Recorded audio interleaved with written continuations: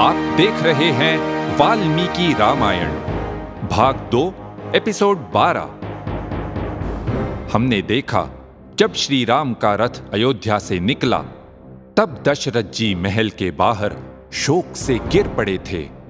कौसल्या जी और कैकेयी उन्हें संभालने गईं, किंतु वे कैकेयी को बोले, मां मकांगानि मास प्राक्षीः नहीं त्वाम द्रष्टुमिच्छामि।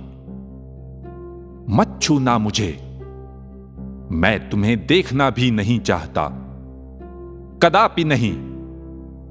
तुम्हारी राज्य पाने की इच्छा पूरी तो होगी, परंतु उसके पहले मेरी मृत्यु निश्चित है। राम के बिना मैं जीवित नहीं रह सकता। दशरथ जी ने अपने सेवकों को उन्हें कौसल्या जी के भवन में ले जाने को कहा। वहां दशरथ जी केवल राम को ही याद करते रहे। उन्हें सांस लेना भी कठिन होता जा रहा था। कौसल्या जी ने अपने मन की पीड़ा दर्शाई। राम, लक्ष्मण और सीता पर कितना अन्याय हुआ है। महाराज, आपने कैकेयी की बातों में आकर ये क्या कर डाला। सुमित्रा जी भी वहां थीं। देखिए, उनका बेटा भी चला गया था, फिर भी उन्होंने अपना दुख भुलाकर कौसल्या जी को सांत्वना दी। इससे पहले भी राजसभा में जब लक्ष्मण उनसे आज्ञा लेने आए थे तो सुमित्रा जी विचलित नहीं हुई थी। लक्ष्मण के निर्णय को सही बताते हुए उन्होंने कहा था, रामम दशरथम विद्धि माम विद्धि जनकात्मजाम अयोध्यामटवीम विद्धि गच्छतात यथा सुखम।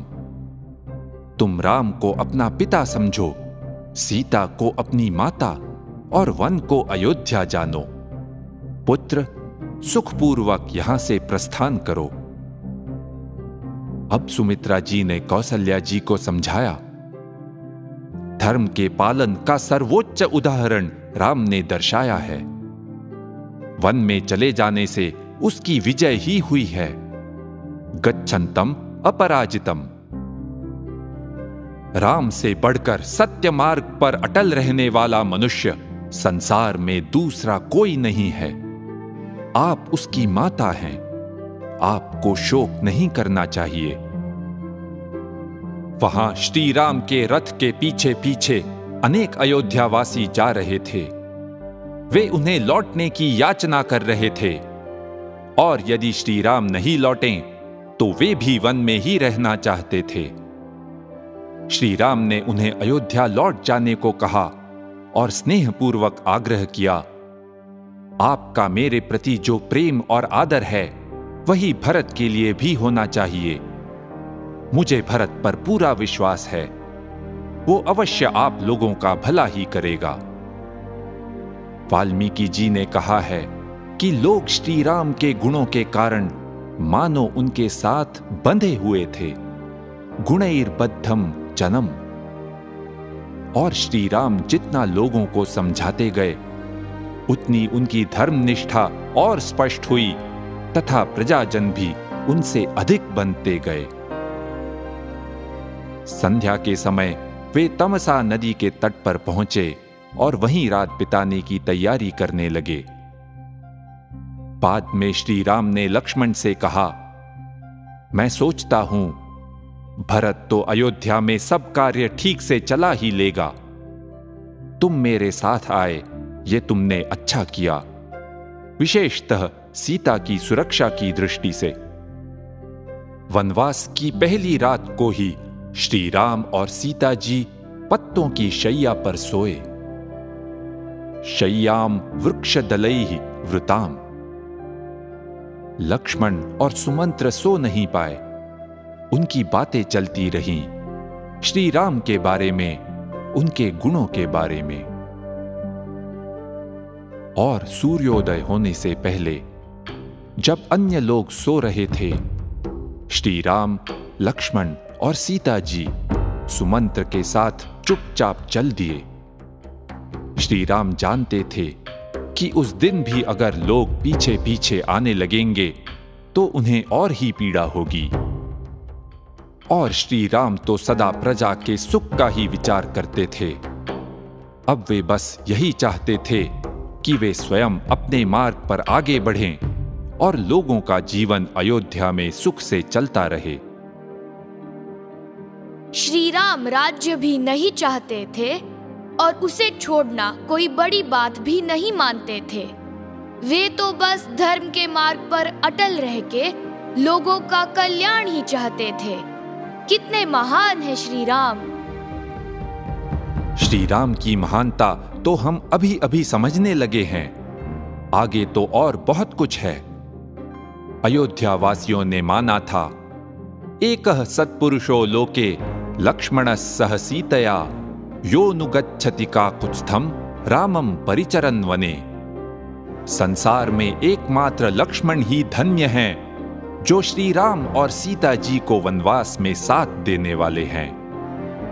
मगर हम भी भाग्यशाली हैं। वाल्मीकि जी के शब्द हमें भी श्री राम, लक्ष्मण और सीता जी के साथ वन में ले चलेंगे। इस श्रृंखला के तीसरे भाग में कैकेयी की चाल का जब भरत को पता चला तो उन्होंने राज्य नहीं स्वीकारा। वे श्री राम को वापस बुलाने वन में गए। क्या करना उचित है, इस विषय पर वहां विस्तार में चर्चा हुई। जरा सोचिए, ये थी इक्ष्वाकु परंपरा। 34 पीढ़ियों के शासन के बाद भी राजपुत्रों में सत्ता का लोभ जरा भी नहीं। दो भाई श्री राम और भरत युक्तिवाद करते हैं कि दूसरे को शासन करना उचित है, और तीसरा भाई लक्ष्मण तो केवल अपने बड़े भाई का साथ निभाना चाहता है, साम्राज्य में या वनवास में। आगे भी अयोध्या कांड में वाल्मीकि जी का विस्मयकारी वर्णन हमें अनेक बार चौंका देता है। एक सर्ग में श्री राम भरत से केवल प्रश्न पूछते जाते हैं जिनसे हमें योग्य प्रशासन के बारे में पता चलता है। दूसरे एक सर्ग में वाल्मीकि जी ने एक दिव्य सत्कार का वर्णन किया है, भरद्वाज मुनि के आश्रम में भरत की सेना का।